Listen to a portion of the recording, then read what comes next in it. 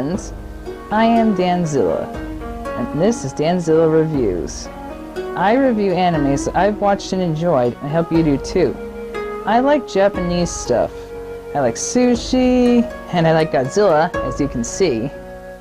And I do hope to go to Japan one day, because I think it would be awesome to go there. So for my first review, I thought I would go for something that a lot of people have seen, so today I'll be reviewing Fullmetal Alchemist. It's a show, and there are two main characters in it. And it takes place in a world where alchemy is not magic, but it's a science of reconstruction and deconstruction.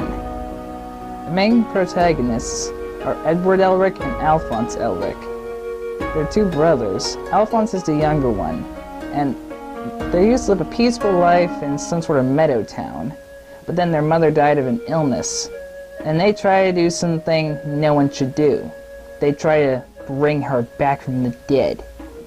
But it goes wrong.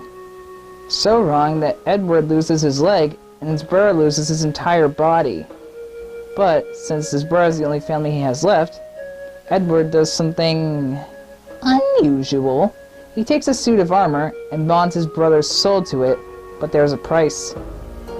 He sacrificed something else. His arm. Edward was really hurt, covered with blood. But he decided to become a type of soldier called a state alchemist. They serve the government and get access to all sorts of research, materials, and knowledge. And I think their pay is quite good too. We didn't really mention that part. But anyway. But in order to become one, he needs something to replace his lost limbs. So he decides to go with some prosthetics of some sort in their world. It's called auto-mail. Machine arms in their world are called that. So he gets one for his arm and leg. And he gets the ability to create alchemy circles just by clapping. Normally you have to make some sort of circle to make them, but not in his case. How? Well, during the process of trying to bring his mother back to life, he gained that power to do so. But what he doesn't know is that while trying to recreate his mother, he ended up creating something worse. But back to that later.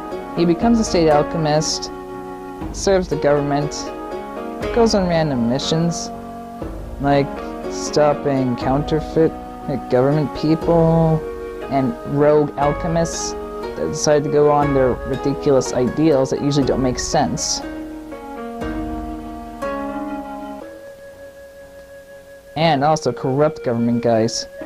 In one of the first few episodes, they take on some sort of tax-stealing tyrant who governs a mining town. But in the end, he's tricked and brought down. But if you're thinking state alchemists can do anything, they can't. They still have to obey laws, and there are two taboos. One, no creating gold. Ever. Ever. Do it, you get arrested. And second, don't use alchemy on people. Very forbidden. It's so forbidden that not even normal alchemists want to do it, for fear of what might happen. But there's a way to get the bodies back of the brothers. A powerful gem called the Philosopher's Stone. A glowing red stone with the power to enhance alchemy, make it twice as strong. And it allows a loophole around most laws of alchemy. They try to find it, but eventually they find out it's made of something terrible. Human lives. Knowing this, they try to find some other way, which doesn't really seem possible at the moment. But they're certain they will find it. But chasing them along the way are monsters. Now these aren't just big giant monsters. They're humanoid, but they're not alive. They're called homunculus. They're the living dead. They're results of human transmutation. They're named after 7 deadly sins: sloth, gluttony, greed, and all of them. They all have different powers. And for some reason, they want Ed and his brother in their clutches. Along the way, they meet allies, enemies, and try to stop the evil homunculus and the ones they govern. They have several humans under their grasp who do whatever they say. For money, that is. All they care about is destruction. But just in case his army gets destroyed, which it sometimes does, he has a mechanic back in his hometown who he sometimes visits. Her name's Wenry Rockbell, and she's a young prodigy of sorts. Really good at repairing machines, mostly automail. And in case you're wondering how'd they get so good at it in the first place, well, their father knows a lot about it, but he left the brothers when they were very young. They left his notes behind so they could study them. And then soon after their mother died, they found a teacher who taught them everything they needed to know. However, she too tried human transmutation in secret. They find out later, but the cost of her human transmutation was pieces of her internal organs. All I know is that she's got a husband who's really buff, which is a little creepy. He's like the size of, say, 2 guys stacked on top of each other. Or maybe the size of Alphonse. That's how big. Anyway, they fight the homunculus. It's until they find out they have a leader. And she's shrouded in mystery. And along the way, the brothers encounter their father again. And they find out he's been alive for a very, very long time. Dare I say, immortal. But he's also extremely proficient in alchemy. That is because he is some sort of half homunculus who can swap bodies. So if one body gets too old, he can just swap into a new one. Quite proficient, but also a little disturbing. Well, yeah, they then discover their leader, the one named Fuhrer King Bradley, is also homunculus, named Pride. One of 7 deadly sins, and the strongest homunculus there is. He's quite good with a sword, and all homunculus have a trademark on them. They have a symbol on them that looks like a winged snake eating its own tail. I don't like it much, but apparently they do. And apparently if their leader touches the symbol, they can mess with the homunculus's brains. The marks are probably connected to their brains in some way. But in my opinion, the most dangerous of the homunculus in that series is gluttony. He eats people, can eat walls, metal, and if he does this, pew, pew, he can actually fire real bullets out of his mouth. I don't know how he does it. Probably homunculus powers. But he's still quite deadly. And using that bullet thing, he shot that tyrant taxman to death. Not during the same episode as he was kicked out of the town, but after he became a poor refugee. Also in the series is Scar. He's of a race of people called the Ishvalans. Long ago they were at war, or with Amestris, the main country that the story takes place in. For no apparent reason, really. There were secret scientific reasons. but they were soon ignored, and some alchemists just wanted bloodshed. Like when the Crimson Alchemist, his specialty is making things explode. He went crazy with war power. Just wanted to blow up more people. There are plot twists, sometimes saddening ones. Well, that's reasonable because it's a drama and an action-adventure.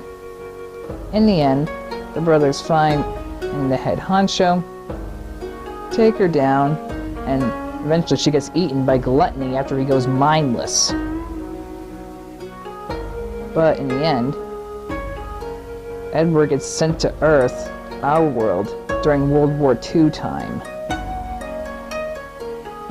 The story climaxes itself in the movie Female Alchemist Conqueror Shambhala, in which Earth people try to destroy Ed's world, but he stops them and gets sealed off forever along with his brother, who recently got his body back. I have likes and dislikes about this, just like any anime show. One thing I dislike is that there's a lot of people die too much. Some people act like mass murderers in it. I think that's just creepy. But I do enjoy how the alchemy is used. It's got style, and that's saying something.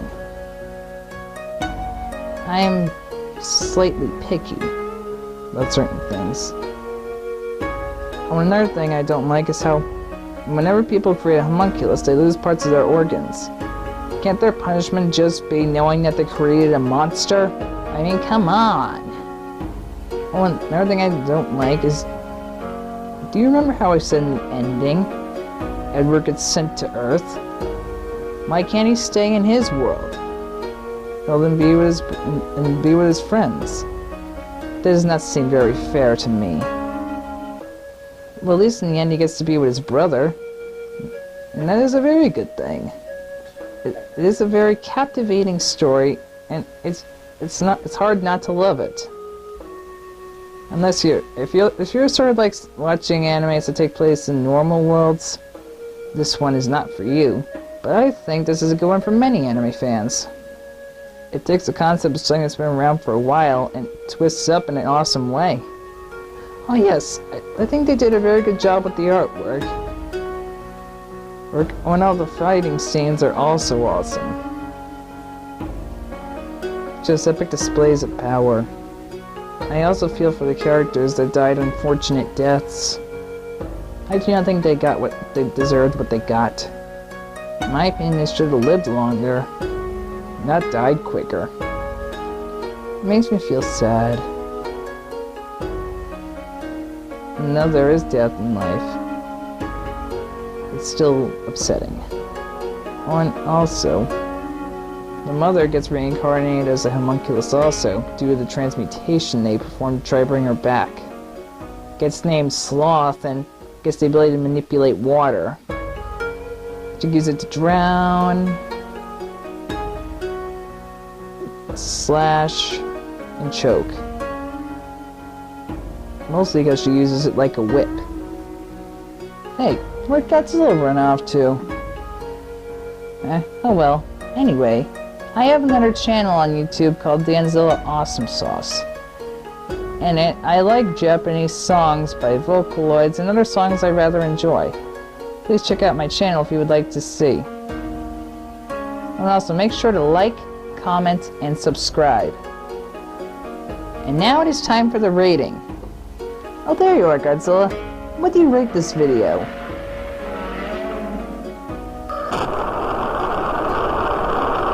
Ah, 4 atomic fireballs. A rather wise selection. I quite agree with you. We use atomic fireballs here instead of stars. Works in the same way, except they're atomic fireballs. If you liked the video and want me to make more, please say so in the comments below. If you like it, maybe I'll make another one. Well then, thanks for watching my video. And please, watch responsibly, my friends.